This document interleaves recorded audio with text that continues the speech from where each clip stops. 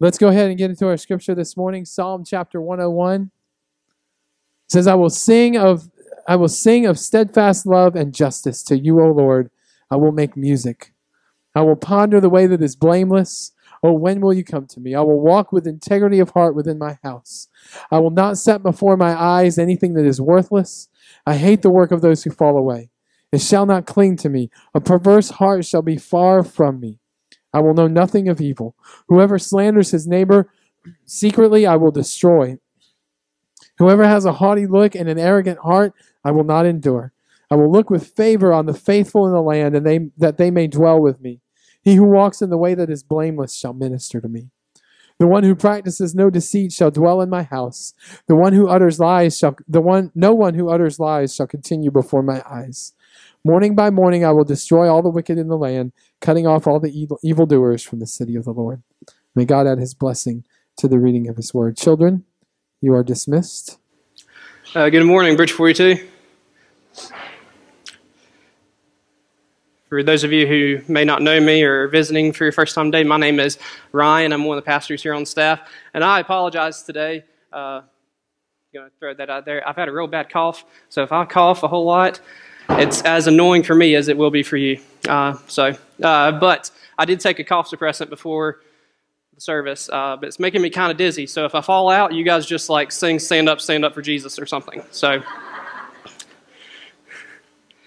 we're in Psalm 101. We're closing out the Psalm series through books 3 through 4 today. It's been an awesome series. We're learning a lot from the book of Psalms.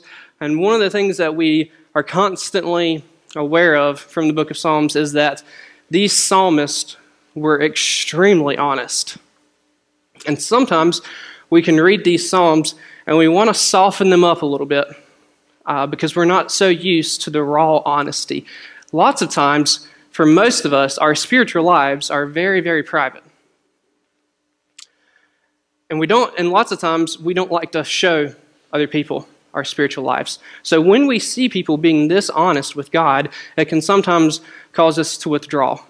But I want to encourage you guys to not withdraw from what the psalmist, which is King David today, is saying, because he's saying these things for a reason, and he said them to God, and we can learn about how our spiritual life should look from how his spiritual life looked. So let's jump right in to verse 1 of Psalm 101, and we're going to spend some time in verse 1, then we're going to move on through the rest of the psalm. Whoa, that was loud. That didn't work, Lynn. Sorry about that. All right, so verse 1, I'll try not to cough anymore. Verse 1, I will sing of steadfast love and justice. To you, O Lord, I will make music. Let's stop right there. I will sing of steadfast love and justice to God, is what this psalmist is saying.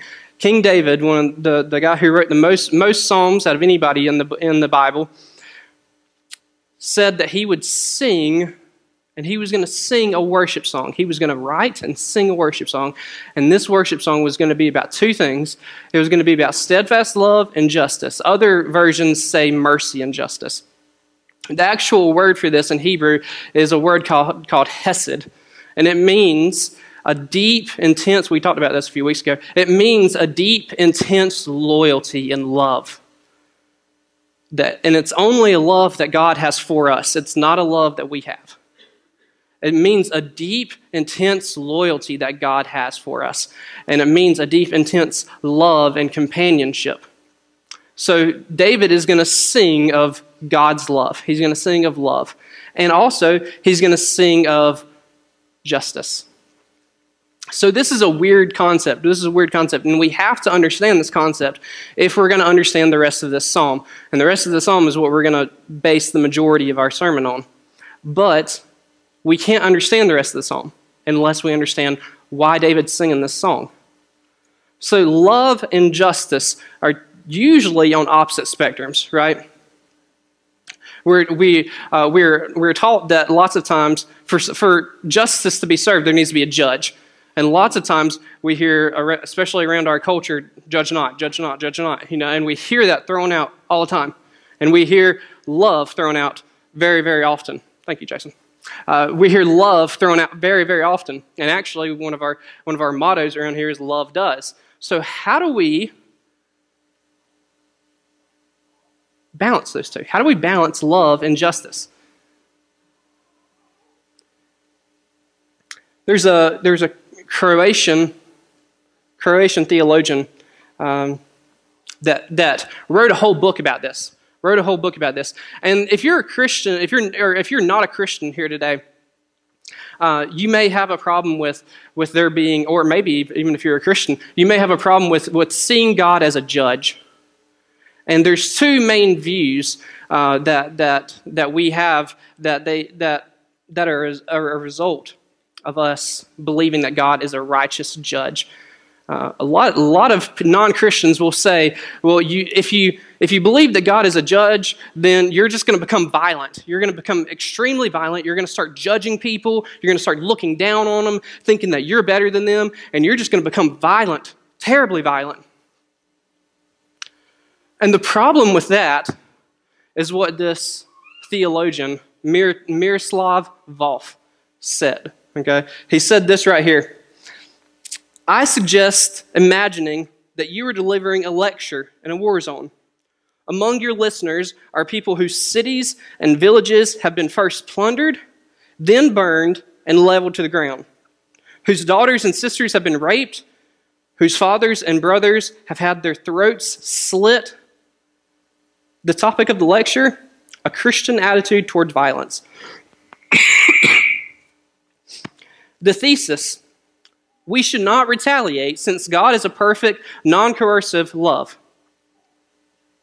Soon, you would discover that it takes the quiet of a suburban home for the birth of the thesis that human violence corresponds to God's refusal to judge. In a scorched land soaked in the blood of the innocent, it will invariably die. And as one watches it die, one will do well to reflect about many other pleasant captivities of the liberal mind. That's a loaded statement, right? Like Miroslav Volf, he just sounds like a Russian KGB guy. He just loaded this clip up and just like unloaded on us with that one, right? So let's unpack what he's talking about here. Basically, all he's talking about is that if you're a non-Christian or you don't know where you stand with God or anything like that, if you believe that God being a judging God who can deliver justice, if you believe that will cause people who believe in that will cause people to be violent, then you have probably never really seen atrocities. And this guy, he's from Croatia. He knows atrocities. And he said that if you would go to places like he's been to, and you delivered a sermon, you delivered some kind of lecture that said that God is love and that he doesn't judge anybody, then what he's saying is that those people would look at you and say, well, I hope you're wrong because these people over here just burned my village down. These people over here just raped my mom. These people over here killed my dad. I hope that they're going to be held accountable by somebody. The truth of the matter is that people who don't believe that people will ultimately be accountable to someone are the people who turn violent. The people who don't believe that they're ultimately held accountable, that no one is held accountable for what they do, are the people who are the most violent. Because they will be the only person who can judge and deliver out justice. So the first problem with not believing that God is a holy, righteous God who judges is that it will cause you to be violent. And the whole world will just fall into violence. The second problem is that you will have no meaning in your life. If God is not a God who judges and is on his throne, then you have no meaning in your life because you are the end of yourself. And if you have no meaning in your life, then you can do whatever you want, but it's meaningless. And you end up like one of the famous philosophers, Friedrich Nietzsche, who wrote tons of books about meaninglessness, which doesn't make any sense. Wrote tons of books about meaninglessness. His father was a pastor. He wrote tons of books about meaninglessness. Ended up in a psychiatric ward. And his mother wrote about him that when she'd come to visit him, he would be laying on his bed, chained down, restrained, because they didn't want him to hurt himself. And the only thing he would do was quote scripture that he'd memorized as a child. And he ended up believing so much that his life was full of no purpose, that there's no reason for him to live, that he ended up hanging himself in a psychiatric ward. God is a loving and holy and righteous God, but he is also a judging God. And we need both to have meaning and purpose in life, to have hope, and have peace. And if you're here today and you don't believe in Jesus, you're not sure where you stand with God, this verse can give you meaning, it can give you peace, and it can give you love. There's another quote that I've got to share to you. It's by St. Augustine. I've quoted St. Augustine a lot during this series, but he's got some really great stuff about the Psalms. He says this, "For when men judge, sometimes overcome by mercy, they act against justice. And mercy, but not justice, seems to be in them. While sometimes when they wish to enforce a rigid judgment, they lose mercy." He's talking about love. "But God neither loses the severity of judgment and the bounty of mercy, nor in judging with severity loses the bounty of mercy." And this is why King David in this psalm could say that he was going to sing about God's love and God's justice at the same time. He could sing about God's loving mercy and he could sing about God's justice at the same time. Because unlike us, when we judge, we can sometimes judge someone and not love them. And unlike us, sometimes we can love someone and not judge them, and not be truly honest about sin in their life. During these things, during those times, we are so unlike God because we cannot be both at the same time. In our fallenness, in our sinfulness, in our misunderstanding of the universe and what goes on in people's lives, we cannot be loving and be judging at the same time. But there is a God that we serve who is and who does. And while he's pouring out love on us, while he's pouring out mercy on us, he doesn't shy away from being his holy, righteous judge. Jesus didn't die on the cross because God was like, well, I need an out. Jesus died on the cross, and his act of dying on the cross is showing that God is perfectly holy and righteous and loving, and that God is perfectly wrathful and has perfect justice, that he is a judge. Jesus dying on the cross shows us both. And what this means for us, if we see this and we become in awe of it, what this means for us is this right here. It's going to be up on the screen.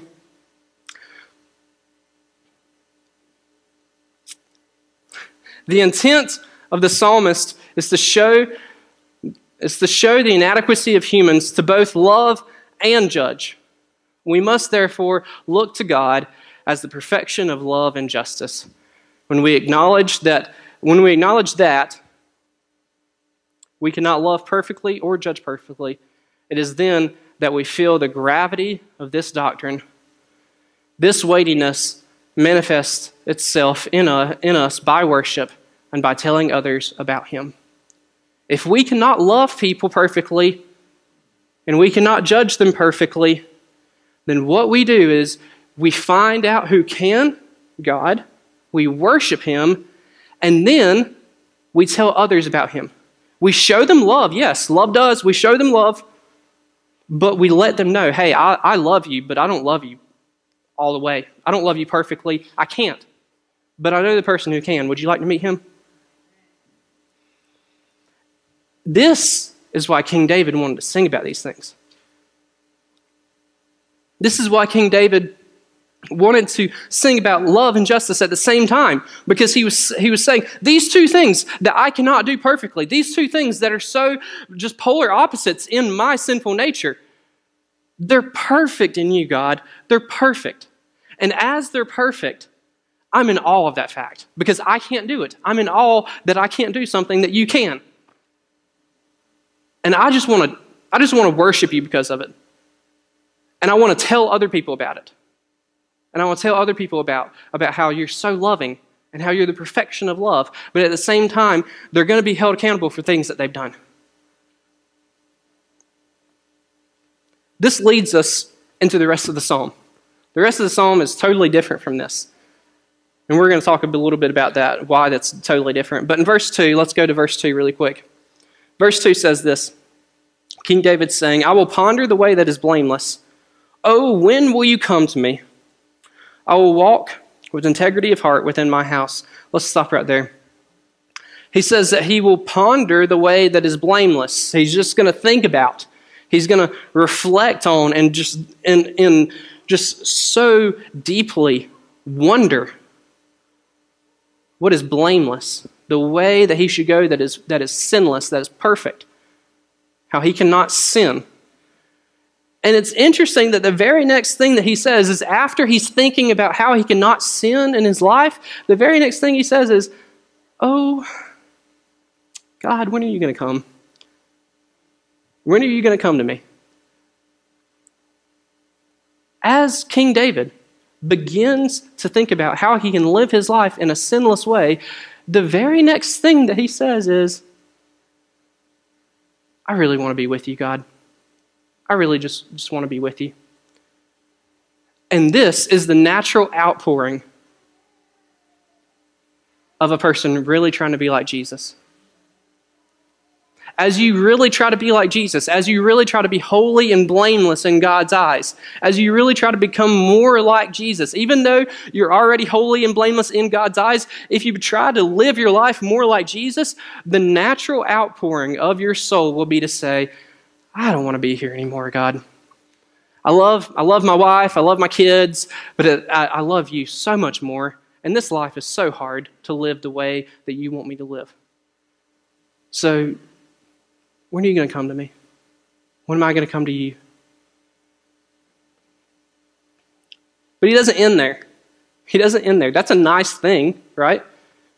But you can't just stop living, right? You can't just crawl back into a cave and say, I'm not going to sin, I'm not going to sin, I'm not going to sin, because you have sinned because he told you to go and tell other people about him. Okay? So, he says, I will walk with integrity of heart within my house. This is King David who's writing this psalm. And I have to think that when he was writing the psalm, he was thinking about a sin that he had committed. In his house, in the book of Samuel, it says that King David is walking around on the roof of his house, and that he's looking out over his kingdom, and he looks down, and he sees a woman bathing named Bathsheba. And he takes her into his chamber. Afterwards, she gets pregnant. He murders her husband. And then the rest of his life, I have a feeling he was thinking about this sin. And I have a feeling, and I'm sure that that's what he was talking about. I will walk with integrity of heart within my house. That he goes on in verse 3, he says, I will not set before my eyes anything that is worthless. Not saying that Bathsheba was worthless, that people were worthless, but that he was saying that lust, that sin that I had whenever I looked at her. And I said, I want that. That was worthless. And as he was in this place, whenever he was writing this psalm, he was remembering back to a sin that he had committed. And he said, I don't want to do that anymore. But wait, doesn't this contradict what the Apostle Paul says? Because like in Philippians chapter 3, the Apostle Paul says this, that he's not perfect already, but he says that one thing that he does do is that he forgets what lies behind and he presses forward to the goal of the upward call. So the Apostle Paul says, I forget what I've done in my past. I forget about it, and I just push forward trying to be like Jesus. And David is saying that right now, I'm remembering what I did in my past. So what in the world? David is called a man after God's own heart. The Apostle Paul wrote 2/3 of the New Testament and is probably the greatest missionary that ever lived. How do those two men, these two like superheroes in the Bible, totally come to different conclusions? How did one forget about his sins in his past and one say, I'm going to remember them? And they did those two things, and we should forget and remember our sins in our past in two different ways. The Apostle Paul said, when I remember my sins sometimes, I'm like so focused on me. And I forget about what Jesus has done, and I think, how can God use me? How can God do anything through me? I should just stop. I should just go back home. I should stop. This whole living for Jesus thing is just not working out because look what I did in my past. So the Apostle Paul is saying, I forget about what I've done in light of what Jesus has done so that I can keep living and keep working for him. Now, David says, I'm going to remember things that happened in my past. And David says this because he says, I'm going to remember things that happened in my past. I'm going to remember sins that happened in my past because as I remember these sins, I'm going to know what I'm more prone to do. I'm going to know what sins I'm especially susceptible to. What sins I struggle with more than any other thing. And he says, I'm going to remember those things so that I'm aware of what's going on around me. I'm going to remember those things so that next time I'm walking around my house and I see a beautiful woman bathing, I can say, oh no, remember what I did in my past? Let's turn away from that. So, we should forget sins in our past. Once we believe in Jesus, we should forget sins in our past and at the same time remember sins in our past. Both so that we can become more like Jesus and walk with integrity. Verse 3, he says, I will not set my eyes before anything that is worthless. He goes on to say, I hate the work of those who fall away. It shall not cling to me. Again, he's not talking about hating the person that falls away, that goes away from God and starts living a reckless life, living however they want to. But he says very clearly that he hates the work. We do not hate people. We hate what they're doing, right? He goes on to say, he says, a perverse heart shall not be far from me. I will know nothing of evil. Or shall be far from me, sorry. A perverse heart shall be far from me. I will know nothing of evil. What he's saying is that the person who has maybe even been his friend for a long time, that if that person comes to him and starts talking about, hey, I want to do this. Do you want to join in? Do you want to go do this with me? And he's saying that I'm not going to be like that. A perverse heart, what I desire deep within, it's going to be far from me. I'm not going to have anything to do with that kind of heart. And he says, I will know nothing of evil. Verse 5, he says, whoever slanders his neighbor secretly, I will destroy. Whoever has a haughty look and an arrogant heart, I will not endure. That's pretty intense, right? Whoever slanders his neighbor secretly, I'm going to destroy them. Okay? What he's talking about here, he's not talking about like seriously going and like killing a dude. King David could have done that. He was a mighty warrior. Okay? But what he says is that the people that are serving and worshiping God, if among those people someone else attacks another believer, those people, you should not be hanging out with them and be chilling with them and, watching Kentucky lose the NCAA final to Duke to them, stuff like that. You shouldn't be hanging out with them. Okay? And he says, whoever has a hearty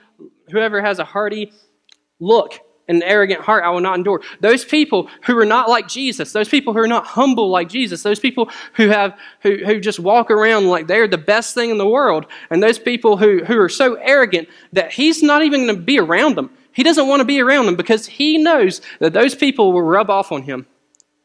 But doesn't this contradict what Jesus did? Like Jesus sat down with the sinners and the tax collectors and ate, right? And we're like, no, we should be like Jesus. We shouldn't try to be like King David. But what King David is talking about, he's not talking about the sinners and the tax collectors. King David would have hung out with those guys too. King David is talking about the guys that Jesus didn't hang out with, the Pharisees. Those were the guys who would slander their neighbor secretly and who had haughty looks and arrogant hearts and walked around like they were the big stuff. Those are the kind of people that King David says, I need to be very careful because I don't need to be around them because I'll become like them. We would be wise to do the same. Verse 6, he says, I will look with favor on the faithful in the land, that they may dwell with me. He who walks in the way that is blameless shall minister to me. So he's going to look out, and the people that he sees that are not being like Jesus, the people that he sees that are not being godly, he's not going to have anything to do with those people. But the people who are being faithful to God, the people who are worshiping God and serving God, he wants to be around them all the time. He wants to have deep, meaningful relationships with those people, because as you have a deep, meaningful relationship with someone who's following God and serving God with their lives, just like you are, it reminds you the relationship that you both have with God. He goes on to say, verse 7, no one who practices deceit shall dwell in my house. No one who utters lies shall continue before my eyes. He's not going to want to have anything to do with people around him. This is all talking about one thing, integrity. Integrity. There's a topic that is not talked about a lot in America, mainly because our politicians are the ones who talk to us most, and they don't have it. Our founding fathers founded this country on the belief that democracy would only succeed if there was virtuous people. And they read the Bible a lot. Integrity is important to King David. And he says it's important to me because I've been at a place where my integrity, I came to a decision where I said, you know what? No, I want this more than I want my integrity. And King David came to that decision. In a split second, he said, you know what? My integrity is not worth anything to me. What I want right now, what is most convenient to me right now, what my desires, what my sinful heart wants right now is this. And I don't care about my integrity. He said that. And this psalm is a direct outpouring of saying, I want to be a man of integrity. I want to be a man of integrity. And this brings us to our sermon point for today. Every decision is a chance to be virtuous. Every decision is a chance to be virtuous. Not an obligation, a chance. If we approach the Christian life like this, if we approach the Christian life where every single decision is a decision to follow Jesus or not, then it makes giving up our life so much easier. And I've said this to a lot of you. This is the whole vision of the student ministry here that I lead. The whole vision is inspiring students to give their lives one decision at a time. That's the student ministry vision. And it's a huge idea that as we serve God and we worship God, the best thing we can do is that the very next decision that we make that is either sin or following Jesus, that we focus on that decision and nothing else. And as we focus on that decision, we say, I'm going to follow Jesus. And then the next decision that comes, you don't focus on the last decision that you make. You don't have to focus on the 10 other decisions that you're going to have to make. You focus on that decision. And you say, I'm going to make this decision for Jesus. I'm going to be a man or a woman of integrity. And as you do that, if you face every single decision like that, and you don't worry about your future, you don't worry about your past, but you remember things that happened in your past so you're more aware of them, as you do that, eventually those decisions are going to pile up and pile up and pile up and pile up. And as we sing songs talking about how we want to surrender our whole lives to God, we won't even have to think about surrendering our whole lives to God. Because if I surrender this decision to God, that's good enough. The next decision comes along. I'm going to surrender this decision to God too. That's enough. I'm going to surrender this one, and this one, and this one, and this one. And eventually our whole lives are going to be surrendered to Him. And the best thing that this does is that it keeps us from getting overwhelmed by having, oh, I should surrender my life to God. And also, when we fail to make a decision for God and we choose sin, it keeps us from getting down in the dumps. Romans 8:1 says that there is therefore now no condemnation for Jesus, for those who are in Christ Jesus. And if we really believe that, then when we make a decision for sin instead of Jesus, we won't feel down in the dumps. We won't feel like we shouldn't pray to Him for a few days. We won't feel like we shouldn't come to church that Sunday. But instead, what we'll say is, you know what? The next decision I'm going to make for Him. It doesn't excuse the thing the decision I just made. But it says that the next decision, it empowers us to make the next decision for Him. It empowers us to live our lives for Him without the overwhelming feeling of, I need to devote my entire life to Him. And teach your kids this stuff too, guys. I was 8 years old when I got saved. Tell an 8-year-old that their entire life is devoted to somebody else. Doesn't work. Kids are some of the most selfish people on the face of the earth. They think about themselves more than anybody else. It's true. And at 8 years old, I'm told, you need to devote your life to this other person. Good luck. You know, you're gonna come to church on Sunday morning and Wednesday nights, and we're gonna teach you things in the Bible, and we're gonna hope that it helps you. But they never really gave me a plan. Here's a plan to devote your life to Jesus. The next decision you make it for Him. The next decision you make is a chance to be virtuous. He goes on in the last verse. Morning by morning, I will destroy all the wicked in the land, cutting off all the evildoers from the city of the Lord. That sounds intense, but it's actually in support of what I just said. Morning by morning, He would make a decision to not have anything to do with people who didn't want to worship God. And He would not have anything to do with people who didn't want to serve and love God. And how does that work? Again, He's not saying that He's not going to go and love the people and do what love does and show them Jesus and show them God. But instead, what He's saying is, if they're trying to influence me, if they're trying to make my life different from the path that I've chosen to follow God, if they're trying to influence me and I'm not influencing them back, then I'm not going to have anything to do with them. And most likely what He's talking about here is not the people who are living in open rebellion to God, but He's talking about the people who are sometimes sitting in church right beside you, who are sitting there and doing the same stuff that you are on Sunday morning, but then going out and doing whatever they want the rest of the week. And David says that morning by morning, every decision, every day, I'm going to be conscious that I don't want to be like that. And every decision is a chance to be virtuous. Let's pray.